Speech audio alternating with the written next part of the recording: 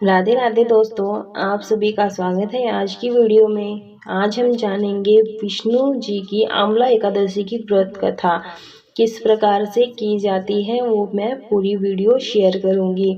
तो वीडियो को ध्यान से सुनना, क्योंकि जो ये कथा होती है इसे ध्यान से मन लगाकर सुनी जाती है, तभी भगवान विष्णु उसकी कल्याण करते हैं। तो वीडियो को ज़्यादा से ज़्यादा अगर पसंद आए तो लाइक शेयर ज़रूर कीजिएगा, और अगर हमारे चैनल पर पहली बार आए हैं तो चैनल को सब्सक्राइब कर लीजिएगा, ताकि आने वाली हर नोटिफिकेशन आप सभी को सबसे पहले मिल सके।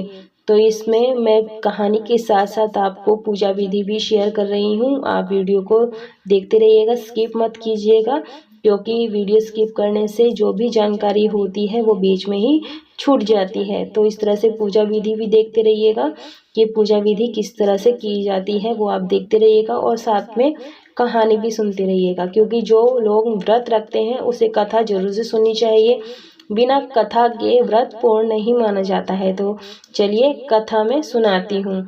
आंवला एकादशी के दिन जरूर से ये पढ़नी चाहिए कथा, और पूरी होती है सभी मनोकामना।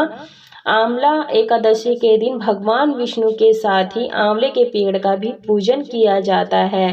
कहते हैं इस दिन व्रत करने से व्यक्ति के सभी पापों से मुक्ति मिल जाती है। फागुन मास के शुक्ल पक्ष की एकादशी को आंवला एकादशी कहा जाता है, और कई जगह इसे रंग भरी एकादशी के नाम से भी जाना जाता है। इस दिन भगवान विष्णु को प्रसन्न करने के लिए व्रत रखने की परंपरा है। कहते हैं कि आंवला एकादशी यानी आंवला एकादशी का व्रत रखने वाले जातकों के सभी कष्ट दूर हो जाते हैं और हर मनोकामना पूरी हो जाती है। हर साल यह फागुन मास में ही एकादशी आती है।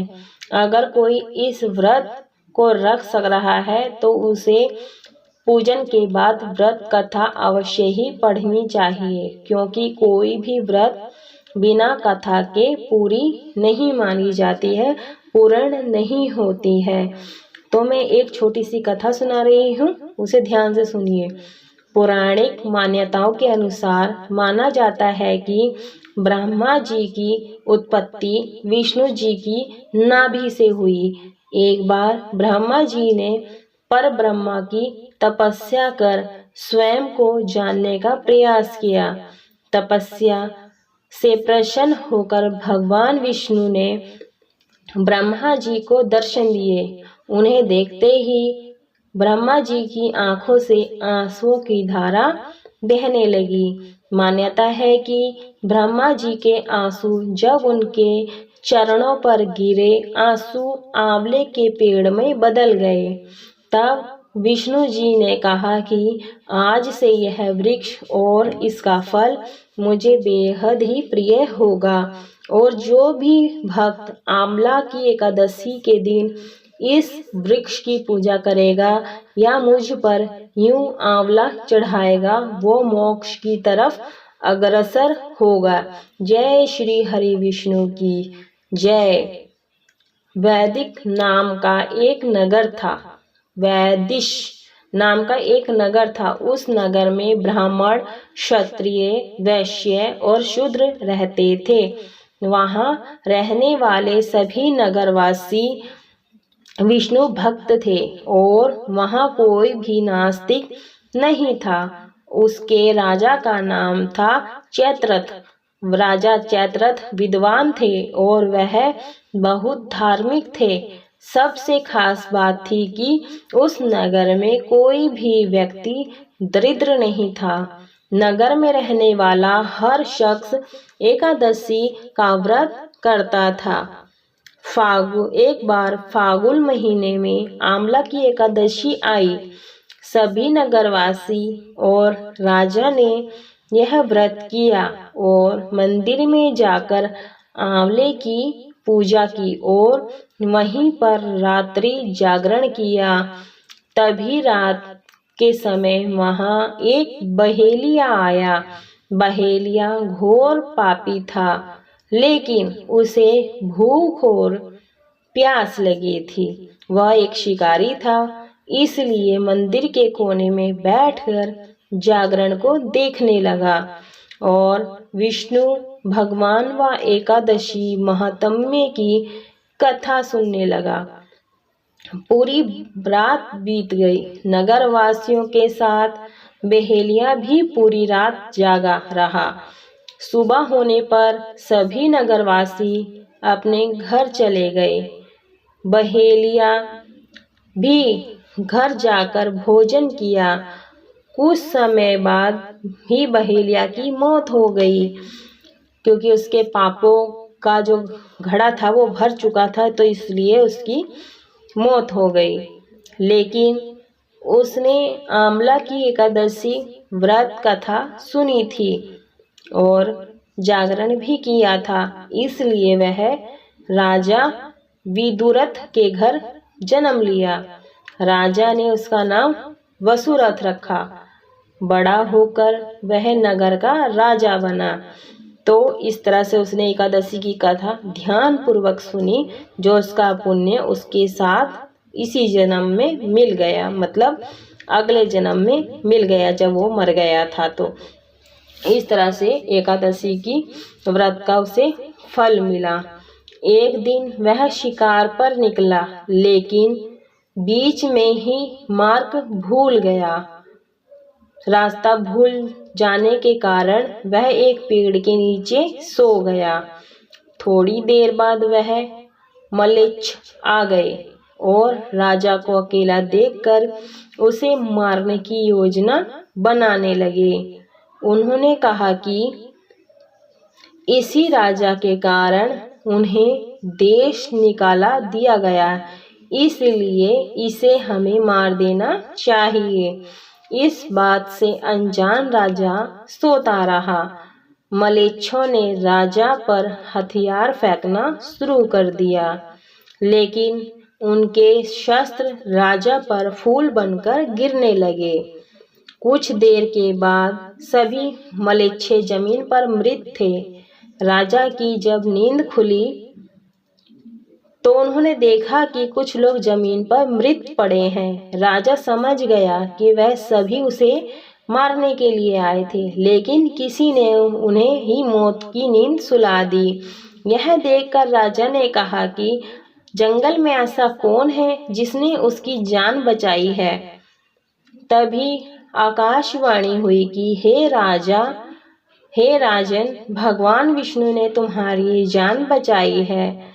तुमने पिछले जन्म में आंवला की एकादशी का व्रत कथा सुना था और उसी का फल है कि आज तुम शत्रुओं से घिरे होने के बावजूद जीवित हो। राजा अपने नगर लौटा और सुखी पूर्वक राज करने लगा और धर्म के कार्य करने लगा। महर्षि वशिष्ठ बोले कि हे राजन, यह आंवला की एकादशी के व्रत का प्रभाव था। जो मनुष्य इस आंवला की एकादशी का व्रत करते हैं वे प्रत्येक कार्य में सफल होते हैं और अंत में विष्णु लोक को जाते हैं। तो ये थी हमारी आंवला की एकादशी की व्रत कथा। ये संपूर्ण होती है और इसके बाद हमें विनायक जी की कथा जरूर से सुननी चाहिए। तो मैं कथा विनायक जी की आपको इसी वीडियो में सुनाती हूँ। वीडियो को देखते रहिए। श्री गणेश एवं बुढ़िया जी की कहानी। एक बुढ़िया माई थी, मिट्टी के गणेश जी की पूजा करती थी। रोज बनाए रोज गल जाए।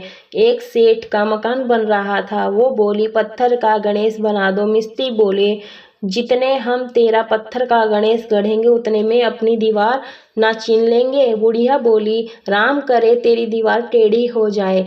अब उनकी दीवार टेढ़ी हो गई। वो चीने और ढा देवे। इस तरह कहते करते शाम हो गई। शाम को सेठ आया।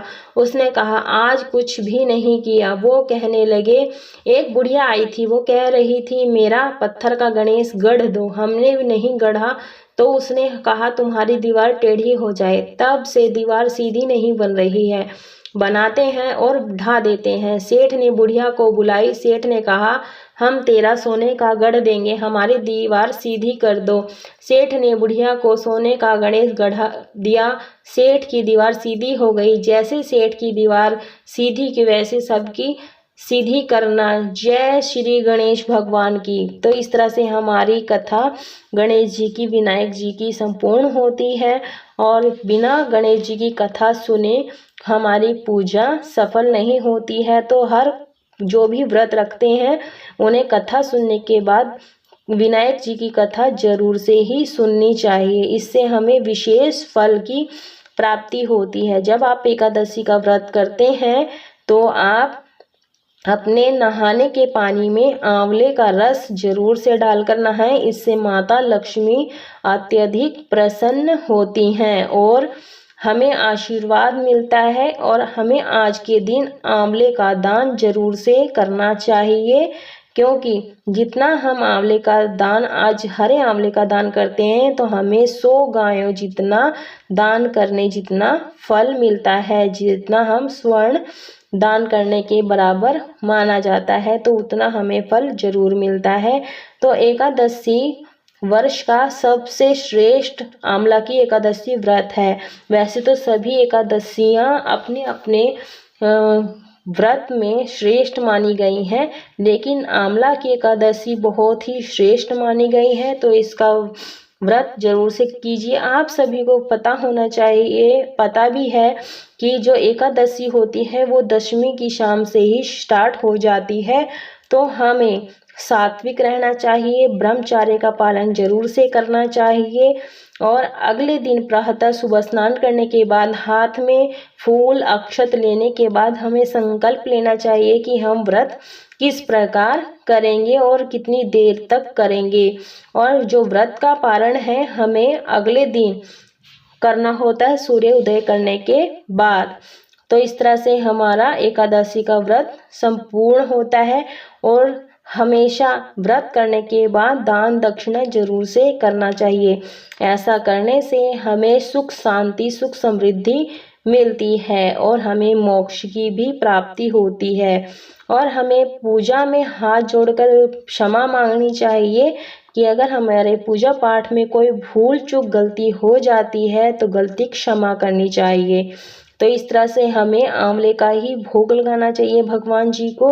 और आंवले से बनी हुई कोई भी चीज़ वस्तु, वो आपने खट्टी हो या मीठी हो, मुरब्बा हो, चटनी हो, अचार हो, जो भी हो वो आपने भोग लगाना है। ध्यान रहे भगवान जी को तुलसी दल जरूर से डालें, क्योंकि तुलसी भगवान की अति प्रिय है। तो इसलिए वो बिना तुलसी दल डाले भोग स्वीकार नहीं करते हैं।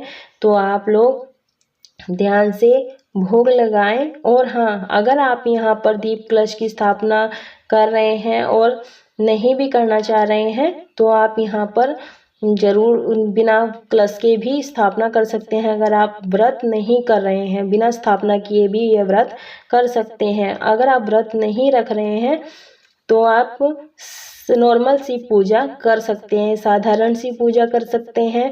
और ध्यान से सात्विक रहें और मन में छल कपट नहीं होना चाहिए। और ब्रह्मचर्य का पालन जरूर से करें, क्योंकि भगवान शुद्ध शाकाहारी हैं, सात्विक हैं। तो इस तरह से हमें आज के दिन पूजा के दौरान, भगवान विष्णु की पूजा के दौरान लक्ष्मी जी की और आंवले वृक्ष की पूजा जरूर से करनी चाहिए। क्योंकि आंवले के पेड़ के नीचे बैठकर अगर पूजा करी जाए तो हमें बहुत ही शुभ फल प्राप्त होता है और ये बहुत ही श्रेष्ठ होता है, उन्नत होता है।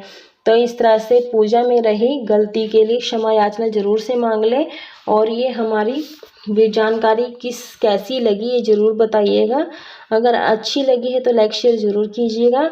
चैनल पर पहली बार हैं तो सब्सक्राइब कर लीजिए, ताकि आने वाला हर नोटिफिकेशन आप सभी को सबसे पहले मिल सके। तो रहिए ध्यान से, सुरक्षित रहिए और सात्विक रहिए। व्रत रखकर भी आप ये कथा सुन सकते हैं और बिना व्रत रखे भी आप कथा सुन सकते हैं। और भगवान जी को पीला रंग अति प्रिय है, तो हो सके तो आप पीले वस्त्र पहनकर ही पूजा करें। और इस तरह से अगर नहीं है तो कोई भी आप किसी भी कलर के आप कपड़े पहन सकते हैं। तो इस तरह से हमें पूजा करनी है और लास्ट में हमें कपूर से आरती करनी होती है, तो ज़रूर ध्यान दीजिए। कपूर से आरती करने के बाद हमें आचमनी ज़रूर करनी चाहिए। तो मिलते हैं नेक्स्ट वीडियो में। आप सभी को ये थी हमारी कथा और साथ में पूजा विधि। तो पूजा विधि इस तरह से बिल्कुल सरल है, आप ये घर पर रहकर कर सकते हैं और बिल्कुल सरल विधि है। और व्रत करने के बाद कथा जरूर सुने और इस तरह से आचमनी करें। आप ये 5-7 बार आचमनी कर सकते हैं, क्योंकि ऐसा करने से हमारा भोग जल्दी स्वीकार हो जाता है। भगवान कर लेते हैं, तो गलती क्षमा याचना जरूर मांगे। मिलते हैं नेक्स्ट वीडियो में।